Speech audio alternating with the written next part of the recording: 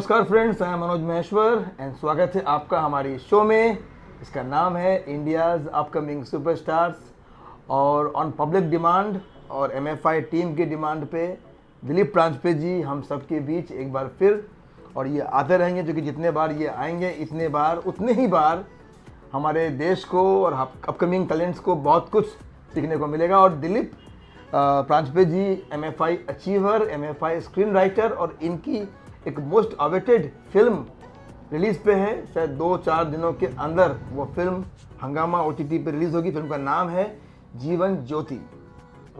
तो मुबारक है आपको दिलीप जी। Thank you. और खास करके yes it was like a dream come true. Yes, for me and for everyone. एक लेखक के लिए जो है ना, वो बोलते हैं ना, लेखक के लिए कहानी जो होती है ना, उसकी बेटी की तरह होती है। उसको बड़े प्यार से बनाता है, पालता है, बड़ा करता है, और एक दिन उसे विदा कर देता है, मतलब रिलीज कर देता है, तो वो सबके सामने आ जाती है। वैसे ये है, कभी एक आइडिया दिमाग में आया था, जैसे कि आपने बताया था उसे कि भाई वो हीरो है, वो मर जाता है। मैंने यार ठीक है भाई, मर गया भाई, हीरो करेगा क्या, क्यों मर जाता है, and so on. So that is what the film जो आएगी उसके बाद में आप देखेंगे तो उसकी ज़रूर सराहना कीजिए। और मैं तो कहूँगा उसे देखिए, उससे कुछ अगर आपको नया कुछ सीखने को मिलता है, I will be happy. And any criticism, any comments are always welcome. क्योंकि मैं कहता हूँ ना कि अच्छा बोलने वाले सिर्फ अच्छा बोलते हैं, पर बुरा बोलने वाले आपको सिखा जाते हैं। यस, ये बहुत ज़रूरी है। लोगों को लगता है यार ये बुरा बोल रहा है, इसका मतलब ये मेरा दुश्मन है। मैं तो कहता हूँ जो बुरा बोल रहा है आपके बारे में, वो आपका दुश्मन नहीं, दोस्त होता है, क्योंकि वो आपको सुधारने की कोशिश करता है। और यहीं पे लोग जो ना गड़बड़ा जाते हैं मोस्ट ऑफ द टाइम। मैंने जब भी हम स्टूडेंट्स को भी यहाँ पे सिखाते हैं ना, बताते हैं, तो स्टूडेंट क्या समझते हैं कि यार ये टीचर जो है ना बहुत मुझ में खामियां निकाल रहा है। मैं उनको बार बार बोलता हूँ, नहीं भाई ये हम आपको समझा रहे हैं, बता रहे हैं कि भाई ये ऐसा नहीं, ऐसे करोगे तो आसान हो जाएगा तुम्हारे लिए। तो जीवन ज्योति को बनाना, मतलब मुझे पता है कि मैंने आपको एक कंसेप्ट दिया और आप उसको ले करके 4-5 दिन के अंदर आपने कहा कि स्क्रिप्ट इज रेडी। Yes. तो आपके लिए कितना चैलेंजिंग होता है एक स्क्रिप्ट को अंजाम देना? असल में तो अब मुझे पता चला है at this part of my life, I would say, ये कहते हैं ना कि भाई अपने, जैसे आपने मुझे बार बार बताया है, यानी हमारी जब बातचीत हुई, I have a good amount of experience of life. जो 60-65 उम्र हो गई मेरी, 40-45 साल की नौकरी हो गई मेरी। I was working in a construction field which was nothing to do with writing, but yes I was a writer, but technical writer, जहाँ पे कुछ उसूल होते थे। There are some rules and regulations, इसके बाहर हम नहीं जा सकते। So there was something, but when it comes to the creative writing, sky is a limit, क्योंकि मैं कुछ भी सपने देख सकता हूँ जो टेक्निकल राइटिंग में मैं नहीं देख सकता था। तो उस वजह से ये जो आपने पूछा ना सवाल कि भाई how difficult it is not difficult. जो लोग बोल रहे हैं ना कि भाई कहानी नहीं आ रही है, मैं बोला भाई क्या वाया वेस्टर्न एक्सप्रेस हाईवे आ रही है या ईस्टर्न एक्सप्रेस हाईवे आ रही है, कहानी आती नहीं, वो तो ऊपर वाला है जो देता है। Immediately when I get a subject, I start thinking इसमें क्या क्या डालूँ मैं। एक जब मैंने कहानी लिखना शुरू किया ना, पहले तो मैं कलाकारों के, यानी जो भी हीरो हीरोइन अलग अलग लोग हों, उनके नाम तय करता हूँ कि भाई ये बंदा ये नाम से होगा। अब इसके पीछे भी एक कहानी है। नाम देने से ना उसका एक अंदाज पता चलता है कि वो कैसे बोलेगा। जैसे मैं लोगों से कहता हूँ ना कि अब्दुल होगा तो मंदिर नहीं जाएगा, और राम होगा तो मस्जिद नहीं जाएगा। So there be this is a what you can say the clear difference.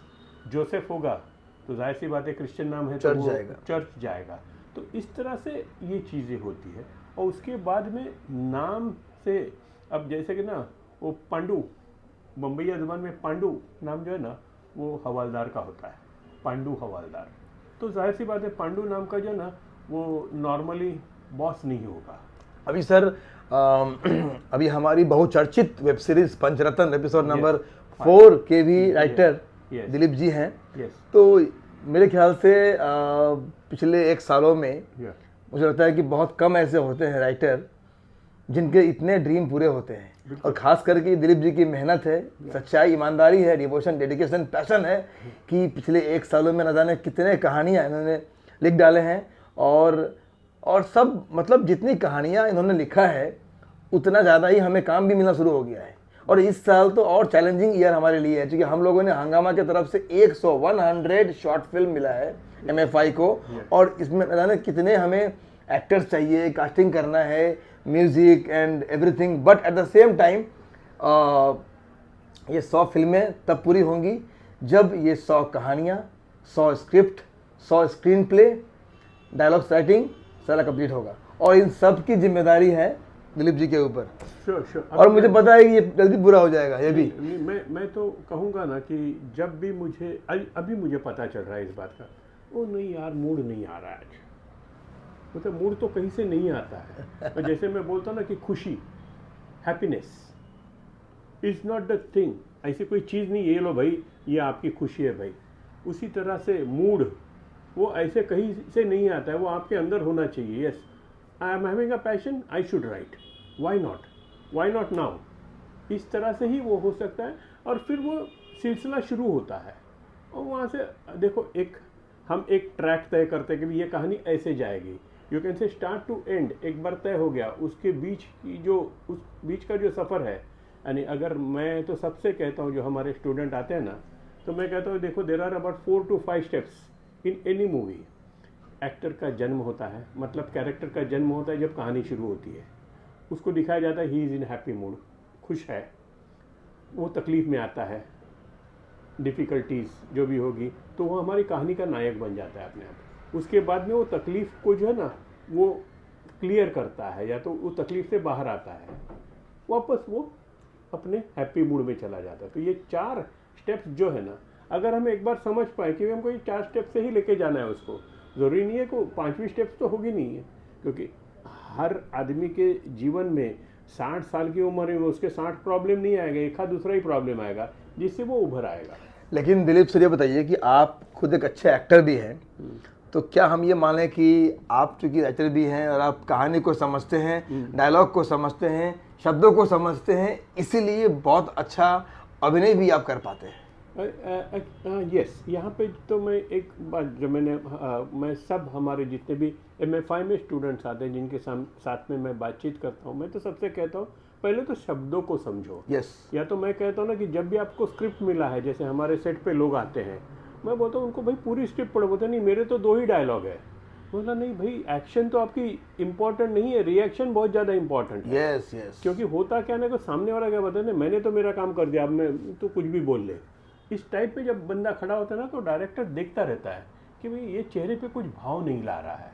अगर आपके भाव चेहरे पे नहीं आ रहे हैं तो डायरेक्टर आपका चेहरा दिखाएगा नहीं, क्योंकि आपके चेहरे पे कोई भाव नहीं आ रहा है, आपका चेहरा एकदम से बोलते ना कोरा कागज़ की तरह एकदम कोरा है, हाँ, तो वो मज़ा नहीं देगा उसको, डायरेक्टर को।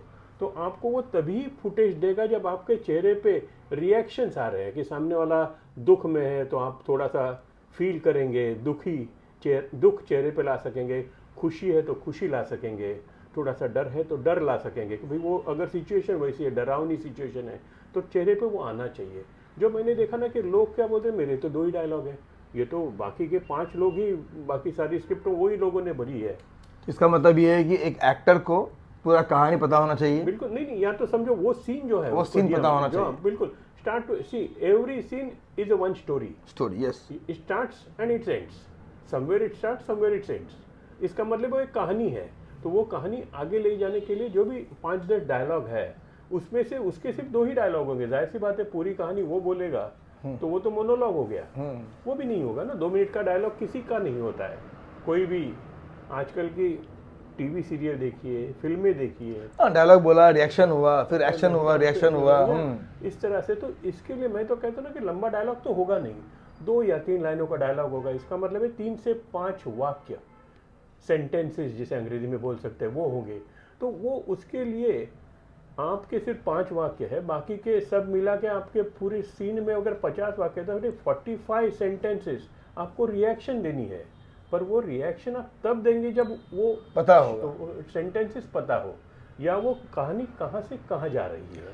और सर ये बताइए कि जैसे आप आज करीब करीब इस समय तो कम से कम 100 फिल्मों को लिखने में व्यस्त हैं, यस तो इस साल हमें भी ये चैलेंजेस लेने में मज़ा आता है, क्योंकि हमारे साथ ऐसे धुरंधर राइटर हैं और परफॉर्मर हैं। तो सर ये बताइए, जो आप जैसे मान लीजिए कि आपने एक कहानी लिखा, आप सेकंड पे काम कर रहे हैं, थर्ड पे काम कर रहे हैं, तो पहले वाला कहानी आपके माइंड में रहता है या आप उस समय क्या करते हैं, कैसे करते हैं मैनेज? मैं तो कहता हूँ ना, मैं एक बार लिखने के बाद में I write, I erase from my mind, वरना मैं दूसरी में जा नहीं सकूंगा। हाँ, अब इसमें कभी कभी मैं वो भी एंजॉय करता हूँ कि भाई ये कहानी लिख के बोर हो गया, छोड़ो यार, ये थोड़ी सैड कहानी थी, ये दुख भरी है, ये इसको थोड़ी देर में बाजू रखता हूँ, दुख बहुत झेल लिया मैंने आज के दिन का, 2 घंटे दुख, थोड़ा कॉमेडी करते हैं, थोड़ा कॉमेडी लिखते हैं। तो वैसे भी मैं करता हूँ, because as I said to you, I was a technical writer.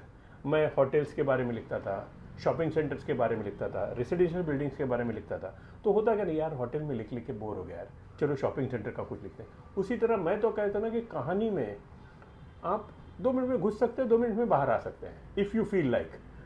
एक कलाकार जो होता है ना, मैं तो सबसे कहता ना, स्विच ऑन स्विच ऑफ होना चाहिए। जो मैं हूँ वो मैं हूँ, एक अलग चीज़ है।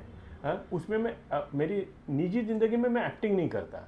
मैं दिलीप परांजपे हूँ, आज भी हूँ, पिछले 60-65 ईयर से भी दिलीप परांजपे ही हूँ। उसके बारे में तो बात ही नहीं है। जो किरदार मैं निभा रहा हूँ, एक बार सेट पे चला गया, it is like a on set of set, on set of set, या जो सेट पे चला गया तो मैंने अपना कैरेक्टर को ऑन किया। उसी तरह जब मैंने लिखना शुरू किया, वो जो भी कैरेक्टर जो कर रहे हैं उनको लिख के, अच्छा ये ऐसे हो रहा है, ऐसे हो रहा है, ओके ये ऐसे करेगा, ऐसे करेगा, ऐसे करेगा, and that's how it is. एक बार वो कहानी हो गई, उसकी जितने भी हमको सीन्स लिखने वो पूरे हो गए, कहानी मैंने एक बार दे दी, ओके भाई ये first draft is ready, I erase that story, क्योंकि वरना मैं दूसरी लिख नहीं पाऊंगा। तो इस साल खास करके 24 में हम लोगों के पास बहुत सारा वर्क लोड है फिल्म बनाने का और दिलीप जी को लिखने का। और हम उसे प्रोड्यूस करेंगे, और उसमें हम हमारे MFI अचीवर्स और तमाम अपकमिंग टैलेंट्स, जो पूरे पैन इंडिया में हमारा ऑडिशंस चल रहा है ऑनलाइन ऑफलाइन, तो आप सब हमारे ऑडिशंस के अपडेट्स के लिए हमारे जो Instagram handles MFI Bollywood casting, MFI film and TV institute, इनको फॉलो कीजिए, और ख़ास करके मुझे मनोज महेश्वर को फॉलो कीजिए और दिलीप परांजपे जी को फॉलो कीजिए। और हम दिलीप जी को चाहेंगे कि हर महीने 2 महीने पे या फिर हर 2 हफ्ते पे यहाँ पर आए, इस प्लेटफॉर्म पे आए, ताकि हमारे अपकमिंग टैलेंट्स बहुत कुछ इनसे जान पाए, सीख पाए, और कहीं ना कहीं हमारे फिल्म मेकिंग में वो एक इजी हमें करेगा। बिकॉज मैं यहाँ पे एक चीज़ कहूँगा ना, हो क्या रहा है, मैं देखना बहुत से जो नए कलाकार आते हैं ना, वो जो मैं बार बार बोलता हूँ, मेरे तो 2 ही डायलॉग है या मेरे तो 3 डायलॉग है, जाहिर सी बात है 5 कैरेक्टर अगर वो सीन में है और 15 डायलॉग है, तो पूरे के पूरे 15 तो एक के होंगे नहीं, तो वो मोनोलॉग हो जाएगा। हर एक के 2-3 करके तो 15 डायलॉग होते हैं। तो मैं सबसे यही कहता हूँ कि भाई वो याद रखो आप, कि आपको रिएक्शन देनी है। एक्शन इज़ वेरी इजी, क्योंकि जब आप बोलते हैं तो वो अपने आप चेहरा आपका वैसा रिएक्शन देता ही है, पर जब सामने वाला बोलता है, आपका चेहरा अगर रिएक्शन नहीं दे रहा है, इसका मतलब है आप वो सीन को समझे ही नहीं है। ये मैं बार बार कहता हूँ लोगों से कि भाई आपको पूरे सीन को समझो, आप सिर्फ अपने डायलॉग तो अपनी याद रखने ही है। कि वो कहते हैं ना कि other characters ending point and my starting point, every character should know, तो ही वो एक्शन रिएक्शन होता रहेगा। और पॉजेस लोग नहीं लेते। क्या बोले ना, मैंने तो मेरी जो 3 लाइनें धन धन धन धन बोल दी, मैं बोला इसमें कुछ जान डालो भाई। जान डालो मतलब ऐसे किसी की जान मत लो, जान डालो मतलब वो समझो, उसको भाव लाओ, पॉजेस लाओ, comma, full stop, yes, question mark, ये वो लिखे हुए हैं, वहाँ पे क्वेश्चन मार्क नहीं है। क्या कर रहे हो, क्या कर रहे हो, इसमें फ़र्क है। क्या कर रहे हो मतलब एक क्वेश्चन मार्क जैसा हो गया। मैं बोलता यार अभी यहाँ पे ये क्वेश्चन मार्क नहीं है, तो क्या कर रहे हो, ये पूछा है उसको, इसे इन्फॉर्मेटिव। सो ये फ़र्क लोग समझते नहीं है। तो सर अब ये बताइए कि अब हमारा समय हो गया है और हम लोग इसको वीडियो को एंड करेंगे, लेकिन सर आपसे बात करते करते मन तो करता है कि बहुत सारे सवाल मेरे दिमाग में है, इसीलिए आपको यहाँ आना होगा बार बार, ताकि हमारे इस प्लेटफॉर्म के ज़रिए हमारे अपकमिंग टैलेंट्स को बहुत कुछ जानने का और सीखने का मौका मिले, ताकि वो बॉलीवुड में बन सके इंडियाज़ अपकमिंग सुपरस्टार्स। लेकिन जाते जाते एक मैसेज आपकी तरफ से, एक लाइन में मैसेज आपकी तरफ से जो अपकमिंग टैलेंट है। या मैं उनके लिए सबसे एक ही बात कहूँगा, आप जहाँ पर भी जाएं, जो भी करने के लिए जाएं, सीन करने के लिए जाएं, पूरा सीन पढ़ें।